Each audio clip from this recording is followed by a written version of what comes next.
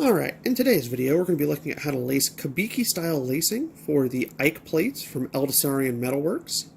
These are Kozane. As you can see, I already have my lames pre-laced. This one's got a little just sort of decorative lacing just because I don't like to leave them blank. It also has these pieces of cord here. These are primarily to keep them suspended at about the length we want, so that way we have nice even lacing across the entire length. In addition to this, you'll want something to suspend it by. I'm using these S hooks here.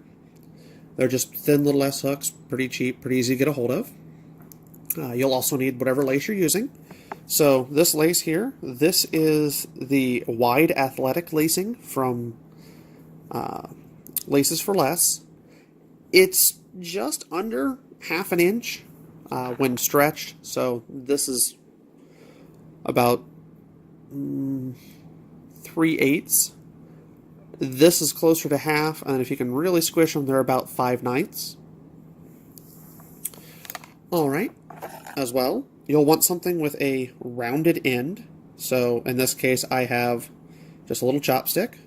This will be important to keep some of our loops as we're pulling them through. As well, you may wish to have a pair of pliers. Sometimes, trying to get these things through the hole, you can only get a little bit through, and getting them is not that easy.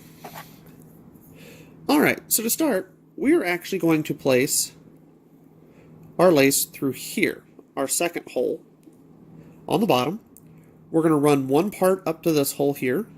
We're going to leave a little bit extra over here. When we get back around to the next part, you'll understand why, but essentially we're going to trap that underneath this, or the lace that comes down through here. As I said before, we're doing this without a Mimi Ito, so it's all going to be our standard lace. Once we get through here, it's going to, come up here, loop around to here, come down to this hole, come out, go over, then come out, or go around the back, come here, come back out, go here, up, over, down, and kind of repeat this pattern. Alright, let's go ahead and get started. So I'm going to pull my first piece. Now getting it through this part is usually one of the toughest. You can see even with the lacing on the bottom, I can space this out a little. And once again, this is where our pliers really come in handy. Alright, I have a little bit of twisting here, or a little bit of folding in the wrong direction. So we just twist it around. You pull it through. For this part, don't worry too much about getting it out until we're a lot closer to the end, because then we can just take it, we can twist the whole thing, and be done.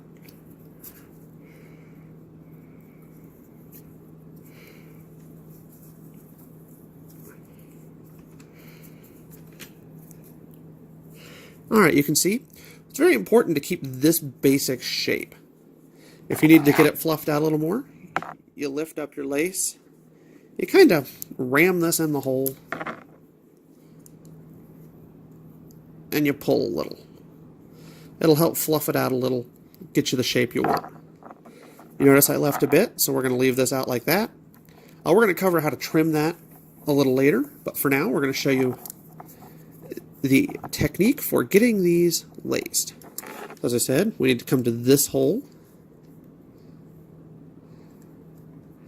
Now in this case, I could actually get a hold of it with my finger, and then I pull it through. I'm going to place this right here. It can be a little difficult to get a hold of sometimes, but it is kind of important to try and keep it there when possible. And not twist it. Not twisting is very important. Alright, my objective, as you can see from over here, is to get this laced so that it sits right about here. Let's pull this down a little. So right about here. So I'm going to pull this so that it is not tight, but at the same time not really loose. So you can kind of see it's now dangling. We have fairly uniform across the side. Alright, as I said, We're now going to loop this around. Now, I'm going to turn this so we can see it. We're going to go in this hole. There are a couple of ways to make sure we get the angle we need. You can twist it, so like I have twisted here, which it untwisted on me. The twisting method's a little easier with the tubular lace just because it tends to try to find a way to make itself flat. But you can see we have a bit of a flat on the back, and we've got our rounded edge out here. Now, the half-inch lacing is marginally passable for SCA combat. You may wish to get some thicker stuff if you can get a hold of it, or not thicker, but wider, just because these are about half-inch gaps, slightly over. But this stuff will work for SCA purposes, waterproof, does all the good stuff we need, easy to work with, melts, etc. Alright, now we separate our Mimizane a little. Get him through the hole. Sometimes they'll fight you.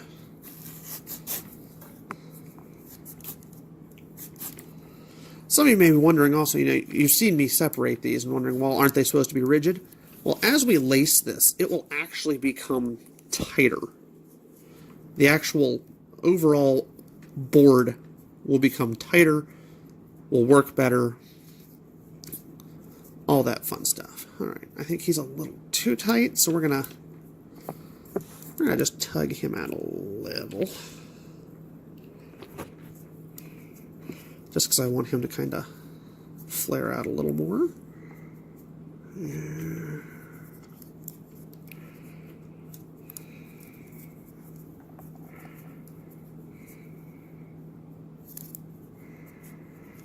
Alright, now here comes the fun part. So, we left this piece open. Now, I have a bit of excess on mine.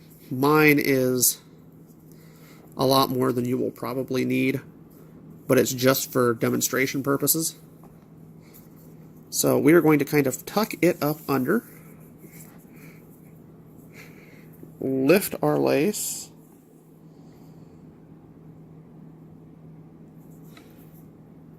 and thread it through.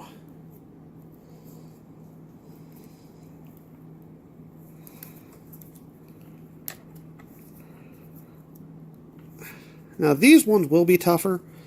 Making sure that the holes overlap exactly right is very key here, just to making it, not a pain for you.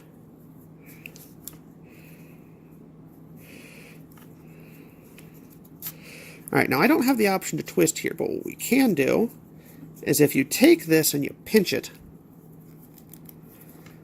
you can see I've kind of forced the rounded edge. We'll get to pull it down here. We're actually going to pull him out, and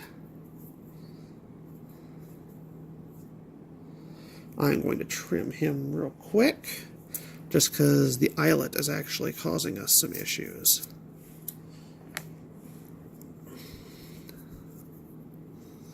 Now I haven't melted him, so he's kind of fraying a bit.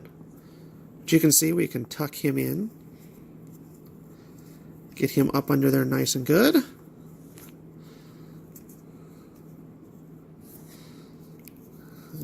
Maybe.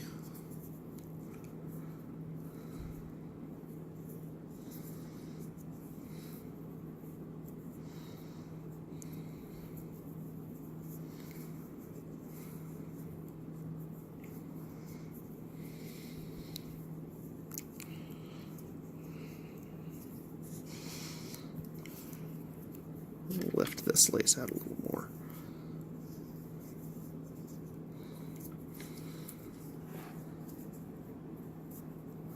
We really want him to be flat.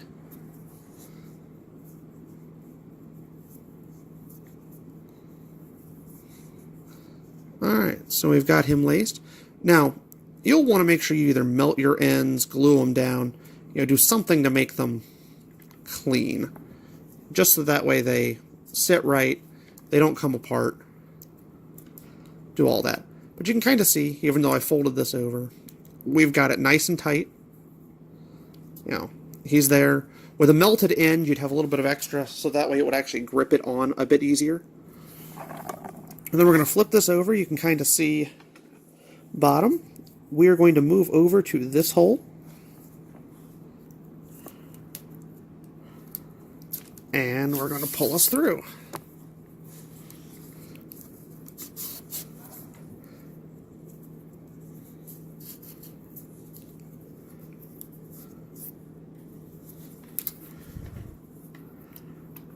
Get a nice fold there. Make sure we're rounded coming out here. We want the round on the bottom. You kind of want to pull this part a bit tight just to make sure it's nice and sturdy.